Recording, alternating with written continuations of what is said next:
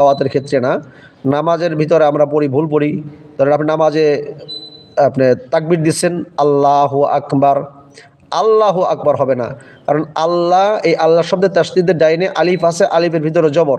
তাহলে জবর থাকার কারণে আল্লাহ শব্দের লামকে মোটা করে পড়তে হবে, আল্লাহু আকবার, আল্লাহু আকবার। আজান দিচ্ছেন, আজান দেওয়ার ক্ষেত্রে জেনারেল শিক্ষিত যারা আছেন, আপনারা ভাই কষ্ট নিয়েন না, মানে এটা আমাদেরই ব্যর্থতা, আপনাদেরকে সঠিকটা না বোঝাইতে পেরে এটা আপনাদের ব্যর্থতা না, এটা আমাদের ব্যর্থতা। এই জন্য আপনারা কষ্ট নিয়েন না, এটা দোষটা আমাদের নিজের কাঁধেই আমি নিয়ে নিচ্ছি। আমি আজান দেওয়ার ক্ষেত্রে জেনারেল শিক্ষিত যারা আছেন, মাদ্রাসায় যারা পড়ুয়া না, এরা যে ভুলটা করে থাকেন যে আল্লাহু আকবার, আল্লাহু আকবার, আল্লাহু আকবার বলেন।